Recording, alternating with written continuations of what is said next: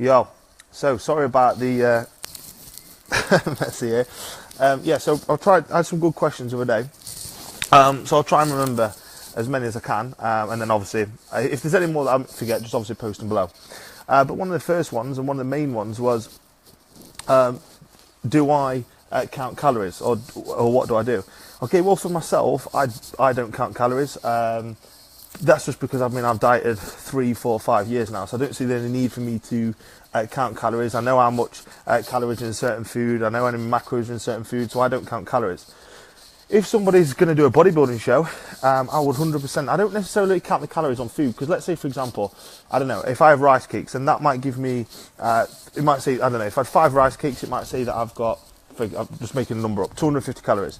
But all I really want to know is I just want to know the macronutrients from my food. So I want to know how many carbs I've got, how many protein I've got, or how many fat I've got. I don't want to know the overall calories. And then I'll just count the calories from that. So if a person comes to me and, first of all, I assess it on where they're at. And what I tend to do now, I just tell people to relax a little bit and don't go so harsh on the food. So I'll give people, just say, look, have 1 breast or 1 fillet, or I don't necessarily say have 200 grams of this or 175 grams of this anymore. If it comes to the point where we're doing a bodybuilding show, or we really need to shred them down, like one of my guys at the minute, he's doing a bodybuilding show, I will count absolutely everything. But first of all, I wouldn't do that. All I'd say is just go with a rule of a breast and a fillet each meal, roughly, and then I would never count, don't weigh your protein, but your fats and your carbs, just get a good idea of weighing those first, so you know roughly what they're at. And so you're not overeating, because obviously 30 grams of peanut butter on a spoon, you could think you're having that every time, but then it works out because you've been loading it up, you've actually had 60 grams. So one of the best things that you can actually do is just, first of all, just weigh it to get a good understanding, but don't necessarily weigh and count absolutely everything. Just get a good understanding and then just gradually tweak it as you go along. And it's a lot easier to relax in. So if you're going out for a meal, then it's a lot easier to assess what you're doing, and it's a lot easier to enjoy your food a lot more, rather than going 180 grams of this, 73 grams of this, 60 grams of that. That could come at a later date, but when you're first starting, just get used to eating the food and just having 1 breast or 1 fillet each meal. So for me, I never count macros, but that's because I know what I'm doing. I only don't necessarily count all calories and macronutrients for a bodybuilding client. The rest of my clients, I'll just say, look, just go and enjoy your food, have a good rule of thumb, stick to the principles what I've gave you, and you'll still drop weight.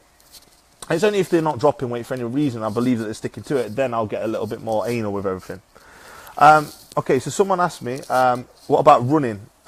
Okay, so running's absolutely fine. If you enjoy, like if someone says to you, you shouldn't do running, you shouldn't do Zumba, you shouldn't do this class, ignore them. You got into fitness for stuff that you enjoy. So if you enjoy doing that, go and do it.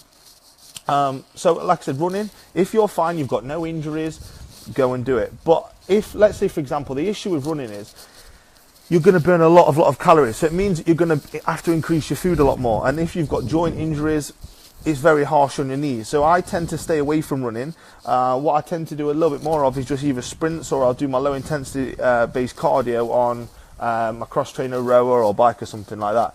But if you do enjoy it, do running. There's absolutely nothing wrong with it, and it's got so many benefits for cardiovascular and for health. So it's always a good thing to have in there. And remember, if you got into fitness to enjoy it, so do stuff that you enjoy. How much cardio would you recommend per week to aid fat loss? Once again, that totally depends on where your food's at. So if you're, first of all, you need to make sure you're in a calorie deficit. Let's say 250 or 300 calories underneath what your metabolic rate is, or your base metabolic rate. A good starting point is, I always tell my clients, try and do as little as possible. So there's no point in going in and doing an hour cardio, 2 hour cardio, because you haven't got many tools in your toolbox. So start with doing as little as possible. So start with doing 5 or 10 minutes. And obviously, because a lot of my clients either run businesses or they sat down a lot, one of the simple things that I've introduced over the last few years is just to get them walking more when they're at work. So obviously, because if you're office based, you might only be doing 800 calories a day. Well, if I get you walking more in that 8 hour period, then you're doing 10,000 steps. That's going to aid fat loss massively. So what I'd say is get walking more, increase the amount that you're doing, and start with as little cardio as possible. So get your food bang on, get your training bang on, walk more, and cardio start at 5-10 minutes a day. Then assess how your body comp is, assess your measurements, assess your photos, a week or 2 basis, and then gradually increase or taper up your cardio depending on what you see. Has anyone else got any more kind of questions on there, guys? I know Charlotte asked me how many nuts or almonds for snacks. Well, that's a tough one. I tend not to give nuts or almonds for snacks just because it's so easy to overeat. So let's say, for example, if rather than giving you 10 almonds, you're never just going to eat 10 almonds. You're going to want to go for the whole bag or half the bag. So that's why I tend to give nut butters, because it's a lot easier to stick to. So let's say, for example, if I give you 30 gram of nut butter, you can weigh that out on a spoon and you can just eat that. And that's going to keep you a lot more full than having 30 gram of almonds, which is probably going to be something like 8 or 10 almonds.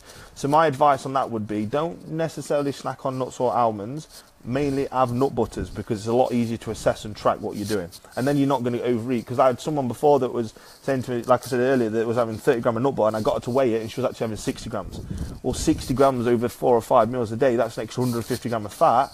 100 gram of fat, which takes 900 calories. So it's very easy to overeat if you're not actually keeping the lid on that. So like I said, nut butters over nuts or almonds. Okay, if you are unable to train, do you stay low carb that particular day? Yes. And that's why I like to give my clients a lot of flexibility, because you never know what's going to happen on the day. Rather than me saying Monday, Tuesday, Wednesday, Thursday you're training, Friday, Saturday, Sunday you're off, have that flexibility in your week. Know the night before, and as long as you're organised, you can still manipulate that. So let's say, for example, tomorrow you've got a busy day and you realise I can't actually work.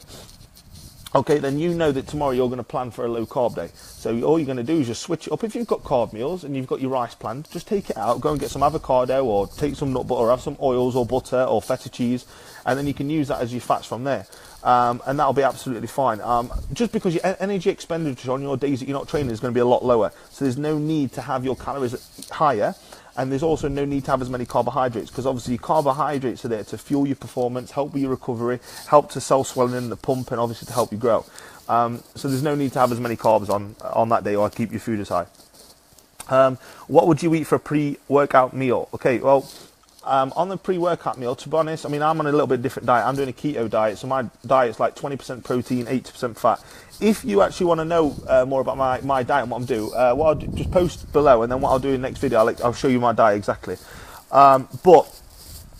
Pre-workout meal, so I just have protein and fat. I work really well on protein and fat, and I'll use stuff like coconut oil, which is going to give me quick energy. Okay, but let's say, for example, I've got majority of my clients that aren't doing keto diet. They're mainly doing a carb cycling diet, or a training day, non-training day diet, or something like this. So what I'll tend to do with them is I'll give them carbs before a workout and after the workout, just because it's going to help with, once again, like I say, recovery, energy, help them grow. A good choice, I like to have something that's easily digestible and not too heavy.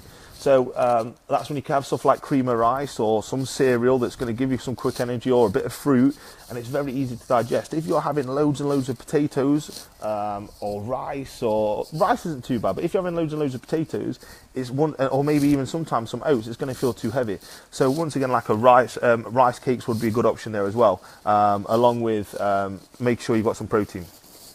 I'm trying to remember the rest of the questions that we had on there. I know someone asked me about, is it bad to have salt? No, it isn't bad to have salt. You want to make you have salt, because obviously you want to make sure you've got salt in your diet, and that's what's going to keep you hydrated from the sodium as well, your cells, and help with your cells. So what I'd say is, with that, I have like a Himalayan sea salt, and I use that pretty much every meal. I just have like a pinch of salt on each meal. So if you're having a bit of sea salt over 4 or 5 meals, you're just covering all bases on that one. Does the keto diet involve okay, yeah, so I've got with mine, obviously I'm doing the keto diet, and you've got to think, when you're doing a low protein diet and a low protein, high fat, so it's 20% protein, 80% fat, it's not 40% protein, 40% fat, 20 carbs, which is a low carb diet. It's just low protein, high fat. Okay, so when you're doing that, your appetite's suppressed, you're not feeling as hungry, you haven't got as much of an appetite. So I mean, I'm only eating 3, maximum 4 times a day. I base it upon my feedback. And I only eat, I don't necessarily stick to the intermittent fasting protocols of 16 and 8, so 16 hours fast and eat between 8 hours. But what I do make sure that I do is I'll have 10 hours, I'll eat between a 10 hour period. So I usually go and train at 6 o'clock in the morning. I'll do my cardio, then 8 o'clock I'll come home and I'll cook my breakfast, which is like usually like eggs and bacon, and then I'll eat between 8 and 6. They're my hours that I actually eat in between, and I have 4 meals. I make sure obviously I've got plenty in a wider range of veg, so mainly from green veg, but I'll make sure I've got peppers in there and mushrooms, just to give me a wide spectrum of nutrients, vitamins and minerals in there. So and you've got to have plenty of salt, because obviously, because you haven't got your carbs in your diet, it's so important when you're doing keto that you've got a lot of salt, and obviously drinking a lot of water as well. Okay. So yeah, I am doing an intermittent fasting protocol, but it's really just to suit around my lifestyle and when I train and everything like that. And it works really well with me because, like I said before, when I've had issues with my gut and I've had issues with yeast or I've had issues with candida and stuff, I'm not having that. They've got no carbs in there to kind of interact with that, and the fat, and I respond really well to fats. I've got high energy, and my performance is very high, and I feel very strong. I mean, like this morning, I went in and trained, and I was shoulder pressing 150, so I feel really good on fat. And for me, when I have carbs, and it just kind of slows me down, and I feel really sluggish. Let's say, for example, if I have a cheat meal, I feel like literally going to sleep an hour later. So I know for me, protein and fat's a lot better base diet for me. Okay, so we've got how much water should you drink daily. Once again, if you're a bigger guy, I'd once again go for 3 litres of water minimum. Mainly if you're training twice a day, you've got a lot more muscle mass, you're probably going to head in towards 5 litres. As long as you've got 3 litres of water, and you're never going to really go wrong. My view on green shakes. Okay, so when it comes to green shakes, I'm a big fan just because it's super condensed veg. And I tend to have a greens drink in the morning. I might have a later on in the day because I don't really like vegetables. So 1 or 2 a day. Making your own greens drinks really good. Obviously, if you've got a NutriBullet or a blender, it works really well. So absolutely fine. If you're not a big fan of veg, you just want to drink it, get it in. There's nothing wrong with the greens drink, as long as you're not putting loads and loads of fruits and sugars in there. You can have a little bit, but just base it around what you've got on. Okay, so Rob says, I've been on 150 grams of carbs today and still produce peak ketones. It's worth testing. It's just calories. Yep. So once again, when I'm doing, when I'm in ketosis, mate, I mean, like I'm about 1.4, 1.6 now, I'll still be able to get up to 150, 200 grams of carbs. That's not an issue. I can still easily keep in keto with carbs. But I take the carbs out just because I get a lot leaner a lot quicker when I don't have in the carbs. It's not to do with the fact that it drops me out of ketosis. I can still get them in there, but I just get a lot leaner because I don't hold water or inflammation from having the carbohydrates. So that's the reason I don't get them in there. I could easily still have carbs in there, but I choose not to because my performance, my energy, my drive, my mental clarity is a lot better when I'm just on fat. But like I said, this is for me. This is my diet. It's not anyone else's diet. It's based upon what I know and my feedback tools and what I assess on a daily basis, my gut function, my stress levels. If I'm highly stressed that day, I might increase my carbohydrates. I might have 100 grams of carbs, but I function a lot better on fats. If I've got someone else that's doing keto, then I'll try and push carbohydrates in there because I know the more muscle mass they've got, they'll be able to have a little bit more protein and be able to have a little bit more carbs and still keeping keto. So it totally depends on the person. That's just based upon my diet. So yeah, you especially with your physique, Rob, you should easily be able to get 150, maybe sometimes. I'd be surprised. I'd probably say you'll be able to get 180 to 200 grams of protein in there as well, and you should still be able to keep in keto. Do you take your blood keto at all? Just be interested to see if you do that. Okay, has anyone else got any kind of questions or anything you want to know? I know Daniel asked about overtraining and cardio before and after. I never do cardio before. I'd always do cardio after. Now, the reason that is because one, it's going to take away from your performance. You don't want to do that. And two, it impacts motor. So this is one of your main growth signaling. This is one of your main signaling pathways to actually get growth or improve your muscle mass. So you don't want to kind of impact that. So what I'd always say is put your training after, put your cardio after, sorry, and also overtraining. So I never really say you're overtraining. What I'd say is you're under recovering. So you've not got enough recovery workouts in there. You've not got your nutrition in place, or you're highly stressed. What you need to do is get them matched. You've got to get them under control first. Increase your rest and recovery workouts. Increase the amount of food that you're having. Increase the amount of carbohydrates. And then what would happen is you'd find out that you're never really going to overtrain. I mean, let's say, for example, if you go to an IFBB Pro and talk about and you talk about overtraining, they'll laugh their head off at you. They are training 1, 2. I mean, when we did the Milos Sarchev camp, we were training 3 times a day, and we was eating tons of food. Like we was literally eating pizza after each workout just to get the amount of calories in because we was training 2 hours at a time. So overtraining, not necessarily. What it is under recovering and not having nutritional strategies in place and being too highly stressed. So you get that under control, and then you could easily start training once or twice a day. But that's all about. You taper that up over time. You assess where your body's at, you assess what your stress level's like, and then you base it upon your body composition, and then you can start to taper up and change them. Is cardio before and after the same? Do people want to lose weight? I've always done cardio before. Once again, okay, if you're going into the gym and you want to go for performance, you want to beat your numbers, and you always want to progress, I personally would always do weights before, even if you want to lose weight, just because you're going to work harder and your intensity is harder. So I'd always put cardio second, but we're talking about negligible amounts here, like 1 or 2. Hardly any percentage is going to make a difference. So if you prefer doing cardio before, go for it. But I just personally, and if I'm looking at someone at physique level, if I'm looking at improving someone's physique, I'll just give them cardio after. I will never get them before. But if you enjoy cardio before, you feel like that gets you in a good frame of mind for training, you feel like you've just got it done and it kind of wakes you up, fine, keep that there. It's not really going to make too much a difference in all honesty. And it's just all about making sure that the worst cardio is not getting the cardio in at all. So as long as you're getting the cardio in, we're pretty happy with that. All right. I've just put the supplement video out. I know obviously a lot of you asking what I used it each for. And remember that protocol about the supplements is based upon me, and what I'm doing it for is gut function and digestion. And that's a phase 2 of my protocol. I did a phase 1 for 4 weeks, and now I'm in phase 2. So don't necessarily think I'm going to do that all year round. I'll taper it down or taper it up depending on where I'm at or how I'm feeling. So don't think you've got to copy that or do that, because it's based upon me and what I'm wanting to achieve. Has anyone else got any more questions? Okay, do you recommend pre-workout drinks? No, I don't recommend pre-workout drinks, only if you're necessarily tired, and I wouldn't overuse them. What I'd say is that I'd much rather you have like a black coffee, and only use it sparingly. I wouldn't use it every single time. I mean, okay, when it comes to coffee and caffeine, I'd like to say have a black coffee in the morning and maximum 1 more a day. Don't really go overboard more than twice a day. When it comes to pre-workout, I wouldn't really use them at all if I didn't have to. Thoughts on a 6-day split for building muscle? Chest Monday, shoulders Tuesday? No.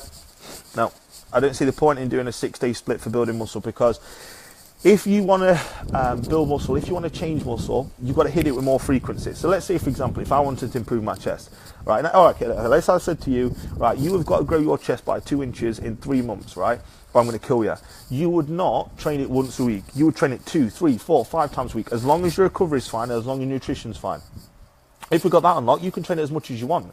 But you can't do 30, 40 sets each time. So you might do 8 sets on a Monday, 10 sets on a Wednesday, 10 sets on a Friday. Then over the week, you still hit 30 sets, but you split it up and you can go a lot harder. Your intensity is a lot harder. A lot harder. And remember, when you're wanting to grow a muscle, you want to hit it more with frequency, and you want obviously progressive overload. Then you can add other things in alongside that. So if I'm wanting to grow muscle, I want to grow in my chest, I'd train it 3 times a week. I won't train it once, and I'd go like that. Never just do like a traditional bodybuilding split. Now remember, they are taking a lot of other things, and they aren't just training once a day. They're training twice a day, so they can kind of get away with a split like that. Okay, guys, so I'll finish it there. If you've got any kind of more questions, post them below, and I'll do another one next week. All right, thank you.